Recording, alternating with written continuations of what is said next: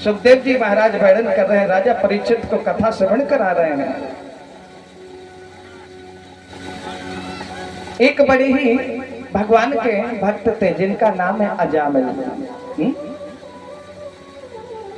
सुखदेव जी महाराज राजा परीक्षित को कथा श्रवण करा रहे हैं कि अजामिल नाम के भक्त थे, भगवान का भजन करते थे, बड़े विद्वान सुशील ब्राह्मण थे, लेकिन कोना कुसंगत पाए न साही। कोना कुसंगत पाए न साही।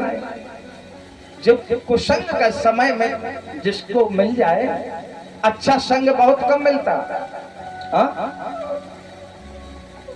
घर वाले रोकते हैं कि भैया जा चीज करो ना, इनका संग ना करो, लेकिन वो मानते नहीं हैं। अच्छे लोग बहुत कम मिलते हैं।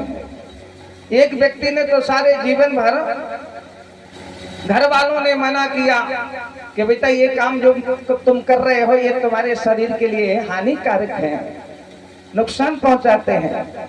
नहीं माना, सबने रोका, अम्मा ने रोका, पिताजी ने रोका, परिवार वालों ने रोका, लेकिन वो माना नहीं। एक समय ऐसा आया कि खटिया पे लेट गया। अब खटिया पे परो परो कह रहा हूं। अच्छा बताओ, घर वाले अगर कोई आपको चीज देंगे कि आप मुट्ठी बंद करके घर वाले कहें बेटा कि जा चीज खा लो, तो उसको 10-10 बार देखेंगे, जाने का दे रहे, जाने का दे रहे, जाने का दे रहे, नहीं खाएंगे। और महाराज राष्ट्रीय गुटका ऐसा फाड़ेंगे और ऐसा खाएंगे सारे जीवन। और उसमें लिखा भी है गुटखा खाना शरीर के लिए हानिकारक है, सिगरेट पीना शरीर के लिए हानिकारक है। बताओ, बाहरी दुनिया अपनी चीज की कुबड़ाई करके भी बेच रहा है, बाजार में बिक रही है, लेकिन अपनी चीज की बढ़ाई करके भी हम आप नहीं बेच पा रहे हैं। अगर दूध बेच में जाए तो दूध ले उमन नहीं डारा उतना जैसो नहीं है, आप तो बहुत पत्र उमन नहीं डार के देखत बाप मताई ने रोकी बेटा गुटखा मत खाओ, ये मुंह बंद हो जाएगा एक दिन। सो मानो नहीं है। जब अंतिम समय जब आया सो खटिया पे परो कह रहा अम्मा। अम्मा ने कही हाँ बेटा काय चिल्ला रहे, का होगो? बोले अम्मा हम थूक नहीं पा रहे। अम्मा ने कही तुम नहीं थूक पा रहे सो का भाई मोहल्ला भर तो थूक रहो, मोहल्ला भर तो थूक रहो, तुम नहीं थूक पा रहे तो का भाई। अगर तुम अम्मा की बात मान जाते तो मोहल्ला भर काय को थूक दो। आज तुम नहीं थूक पा रहे सो मोहल्ला भर थूक रहो। इसलिए अगर माता पिता समझाते अच्छी बात तो समझनी चाहिए। अजामिल ने जब तक अच्छा संग किया, भगवान का भजन किया, सत्संग में गया, लेकिन एक समय की बात कि एक पुरुष को एक गणका के साथ में देख लिया। वहीं से जो अजामिल सुशील ब्राह्मण था, भगवान का भजन करता था, जहां भी जाता प्रभु का भजन करता था, और बुद्धि खराब हो गई। वही अजामिल जो सत्संगी था, भगवान का भजनानंदी था, भगवान का भक्त था, लेकिन जाओ कुसंग मिला तो बुद्धि खराब हो गई। और बुद्धि खराब ऐसी नहीं हुई कि भगवान का भजन बंद कर दिया, कथा सुननी बंद कर दिया। अब तो महाराज डाकू बन गया, काली पट्टी बांधी, हाथ में तलवार लेकर के लूटने का काम प्रारंभ कर दिया, लूटने का काम। एक समय की बात, श्री अयोध्या धाम से संतों की टोली श्री वृंदावन धाम जा रही थी, वृंदावन धाम। तो सुबह से चलते चलते शाम हो गई। अजामिल के उस गांव में आ गए, अजामिल के मोहल्ला में ही आ गए। अजामिल घर पर नहीं था, अजामिल गांव में रात्रि शाम के समय चला जाता, कभी सुबह के समय चला जाता चोरी करने के लिए, डाका डालने के लिए।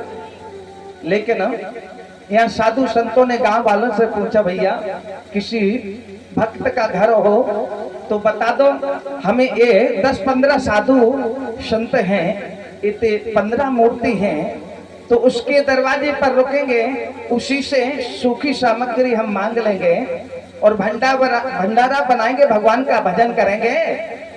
और खुद पाएंगे उसको भी पवाएंगे। गांव वालों ने तो मजाक कर दिया। महाराज यहाँ पर कोई भक्त नहीं है गांव में, केवल एक ही भक्त है जिसका नाम है अजामिल। अजामिल कहाँ है घर? बोले थोड़ी देर थोड़ी दूर और चले जाओ, वहीं पर उसका घर है। अच्छा, 10-15 साधु संत जिसने बताया अनुसार उसी अजामिल के दरवाजे पहुंच गए। आवाज लगाई, अरे भैया अजामिल, भैया अजामिल। तो अजामिल तो घर पे नहीं था, उसकी पत्नी निकली और जैसे ही पत्नी ने देखा कि 10-15 मूर्ति हैं, संतों के दर्शन करके नेत्र सजल हो गए। साधु संतों ने कहा, बेटी ये हम 10-15 मूर्ति हैं, श्रीधाम अवध से श्रीधाम वृंदावन जा रहे हैं, शाम का समय हो गया, सोचा यही भंडारा बनाऊंगा, भगवान को प्रसाद लगाऊंगा और प्रसादी पाऊंगा। गणिका की आंखों में से आंसू आ गए, महाराज मैं तो बहुत बड़ी अपावन हूँ, आपको भोजन कराने लायक भी नहीं हूँ, लेकिन कृपा करें महाराज, हम भोजन बना के नहीं खिला सकते, आपको सूखी सामग्री दे सकते हैं। सूखी सामग्री हम आपको दे रहे हैं, आप बैठ करके, एक चबूतरा है सामने, उस पर वृक्ष लगा है, अच्छी छाया है, वहां बैठ करके भगवान का भजन करिएगा जब तक हम सूखी सामग्री आपको पहुंचाते हैं। यहाँ पर साधु संतों का काम यही है महाराज। साधु का काम क्या है? दूसरे हुए बिगड़े के कार्य को, दूसरे बिगड़े कार्य को संभालना ही तो साधु का काम है।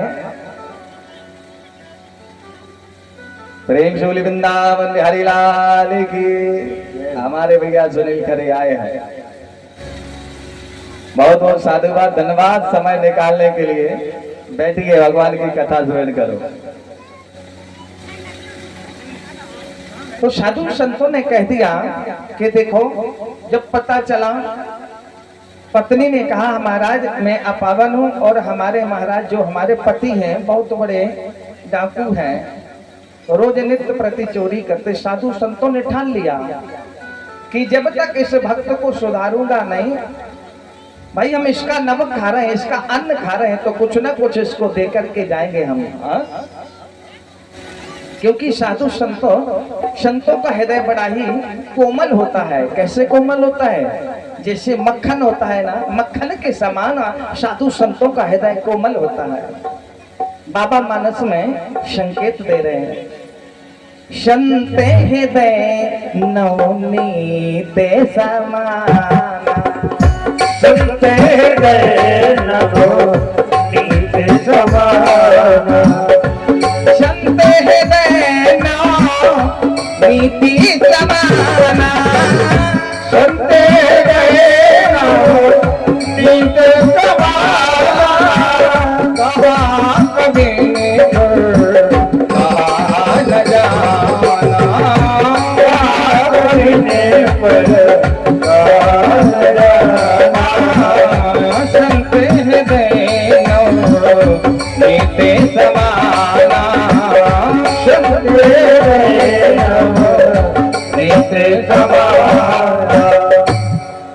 महाराज यहाँ कुछ साधु संत भगवान का भजन करने लगे और कुछ भोजन बनाने लगे। इतने में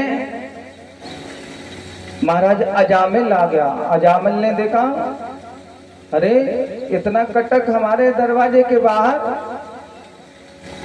अजामिल ने कहा, महाराज ये कैसे तुमने यहाँ रुकने का साहस किया?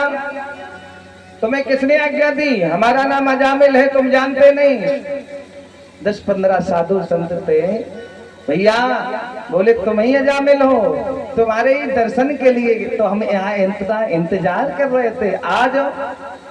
अजामिल ने कहा ये बातें बनाना बंद करो, सुनो यहाँ से 9 तो 11 अभी हो जाओ, नहीं तुम जानते नहीं हो अभी हमें हमारे स्वभाव को। इतने में अजामिल की आवाज उसकी पत्नी गणका ने सुनी। गणका ने कि हमारे श्रीमान जी आ गए। श्रीमान जी आ गए। श्रीमती जी ने आवाज सुनी, तुरंत दौड़ के आई और यहाँ अजामिल साधु संतों से टूट रहा था। पत्नी ने कहा इधर आइए आप। उनसे क्यों बोल रहे हो, क्यों झगड़ रहे हो? उनको हमने रुकाया है। जब गणका ने कहा कि हमने रुकाया, तुरंत अजामिल बोला जब तुम्हारी इच्छा से रुके तो 2 दिन की बात का, उनका 4 दिन तक रुके रहे, क्या हर्ज है? अब बताओ।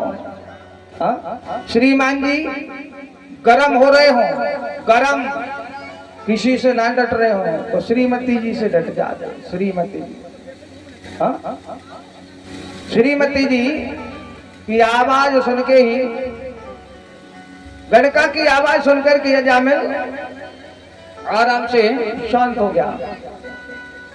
बताओ अगर गणका ना आती तो न जाने कितना और उल्टा सीधा बोलता अजामिल। हाँ, आपको बताएं कोई किसी से ना डटे लेकिन पत्नी से जरूर डट जाता है। एक जगह कथा चल रही थी, सो व्यासपीठ से पंडित जी ने कहा भैया देखो कथा हम कह रहे हैं, कथा तुम सब सुन रहे हो और ईमानदारी से तुम ये बताओ कि अपनी अपनी पत्नी को कौन डरते हैं, कौन कौन डरते अपनी अपनी पत्नी को? सो भैया कथा व्यास से पंडित जी ने हाथ उठाए तो सबने उठा दे। बोले महाराज जी जब हाथ उठा रहे तो हम ही उठा दे। सबने हाथ खड़े कर दे, सबने हाथ खड़े कर दे कि भैया हम अपनी पत्नी से बहुत डरते। पंडित जी ने उठाया, बोले हम डरते। सो बोले सबने हाथ उठा दे, बोले हम भी बहुत डरते। एक श्रीमान जी थे, उनने हाथ नहीं उठाए। सबने देखा पंडाल की तरफ, चारों तरफ, बोले भैया सबने उठा दे, केवल एक ही श्रीमान जी बैठे, जी नहीं डरा था अपनी पत्नी को। सो सबने कही भैया माला ले आओ, इनको टीका लगाओ, इनकी आरती उतारो। वो श्रीमान जी ने हाथ खड़े नहीं करे तो सबने उनको टीका लगाया और माला पहनाई, आरती करने लगे। तब उन भैया ने पूछा जिनको टीका लग गया था, जिनने हाथ नहीं उठाए थे, बोले भैया जो सब काय के चक्कर में कर रहे, वो टीका हमें काय कौन लगा रहे और ये माला क्यों पहना दी? बोले भैया तुम्हें नहीं पता, पंडित जी ने कहा कि अपनी अपनी पत्नी को कौन डरते, कौन कौन डरते? तो बोले सबने हाथ खड़े कर दिए, केवल तुम्हें नहीं करे। अरे बोले भैया जो हमारा टीका पोछो और जब माला उतारो जल्दी। बोले क्यों, क्या हो गया? बोले ई चक्कर में, बोले टीका लगा रहे, ई चक्कर में माला पहना रहे। बोले भैया जो पहले टीका पोछो और माला उतारो। बोले आखिर बात का है? बोले बात तो फिर बता रहे हम। बोले तुम भैया कह रहे डरावे की बात, सो फिर टीका, बोले हम अब हाल टीका और माला अपने हाथ में उतार दें। बोले भैया तुम डरावे की बात कह रहे, हम तो भैया अपनी पत्नी के बिना हाथ ही नहीं उठा सकत। हाथ तुमने तो हाथ उठाई दे, हम तो जा पूछे के नहीं आए थे कि अगर पंडित जी का हाथ उठाओ तो हम हाथ उठाए के नहीं। इससे हम तो अपनी पत्नी को और डरा, सबसे ज्यादा तो हम डरा। इसी प्रकार से महाराज जैसे ही गणका ने कहा कि हमने रुकाया है अपनी मर्जी से, अपनी मर्जी से हमने रुकाया है, तो तुरंत अजामिल बोला कि 2 दिन की बात का, जितने दिन इनकी मर्जी हो साधु संतों की, वो वहीं पर महाराज रुके, खूब भजन करें, भोजन की कोई समस्या नहीं।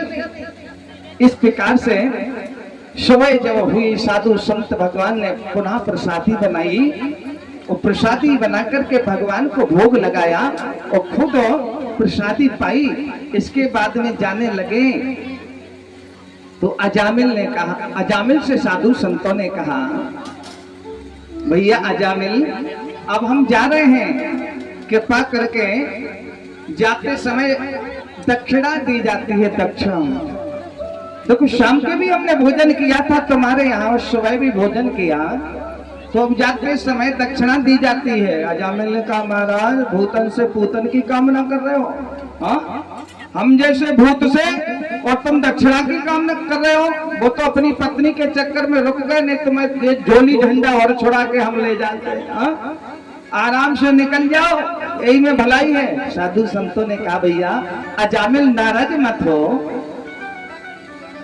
हम दक्षिणा पैसे की नहीं मांग रहे हैं। किस बात की दक्षिणा मांग रहे हो? गणका खड़ी है, अजामिल खड़े हैं। अजामिल ने कहा क्या चाहिए तुम्हें, क्या मांगना चाहते हो? बोले हम कुछ नहीं मांगना चाहते, हमें पैसे की दक्षिणा नहीं चाहिए, ना हमें तुमसे और कुछ चाहिए, न धन संपत्ति चाहिए। अगर देना चाहते हो तो केवल एक ही दक्षिणा दे दो। कौन सी दक्षिणा? बोले तुम्हारे इतने बालक हो गए हैं और हमारा निवेदन आपसे है अजामिल भैया, जो अगला बालक हो तो उसका नाम केवल नारायण रख देना, नारायण। हा? साधु संतों ने कहा नारायण रख देना अजामिल से, तो कहा इसमें कौन सी बड़ी बात है? अजामिल ने कहा चलो, और अजामिल ने कहा कि हम नाम रख देंगे, कोई बड़ी बात नहीं है, नारायण नाम रख देंगे। गड़का ने भी कहा महाराज आपके कहे अनुसार अगला जो बालक होगा उसका नाम हम नारायण ही रख देंगे। साधु संत भगवान का भजन करते चले गए। कहाँ जा रहे हैं? श्री धाम वृंदावन। देखो साधु संतों के संग में बड़ा सामर्थ्य होता है प्यारे। साधु संतों का काम यही है कि दूसरे के कार्य को, बिगड़े हुए कार्य को संभालना। भगवान का भजन करते हुए साधु संत जा रहे हैं, एक ही प्रार्थना कर रहे हैं कि इस अपने भक्त का हमने ये अन्न खाया है, नमक खाया है, तो इसका भी प्रभु उद्धार कर देना। हा? प्यारे साधु संतों का संग कभी व्यर्थ नहीं जाता।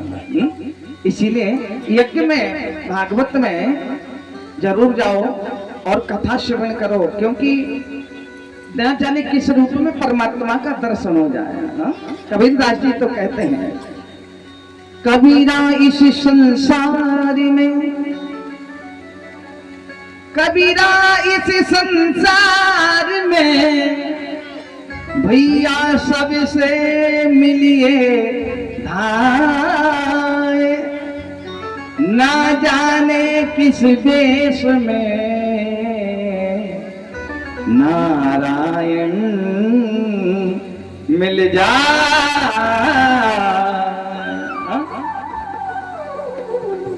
इसलिए यज्ञ में जाओ, अनुष्ठान में जाओ।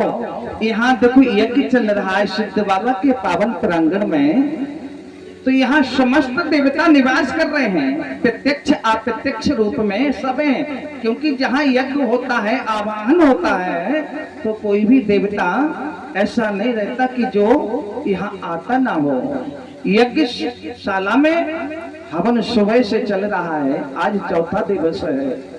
तो किसी न किसी प्रकार में देवता वास करते हैं जहाँ यज्ञ कथा आदि होती है। और यही जब आगे समय आया, जिंदगी भर जब ये बिगड़ गया, कुसंग में पड़ गया अजामिल, तो जब अंतिम समय आया तो यम के दूत इसको पकड़ने के लिए आए। अजामिल को पकड़ने के लिए जब यम के दूत आए तो इसने आवाज लगाई किसको? अपने पुत्र को, बेटा नारायण, बेटा नारायण, हमें बचाओ, हमें बचाओ। यम के दूतों ने गले में फंदा डाला। एक बात का निवेदन आपसे करें, जब अंतिम समय आता है तो यम के दूत उसी को दिखाई देते हैं जिसको लेने के लिए आते हैं।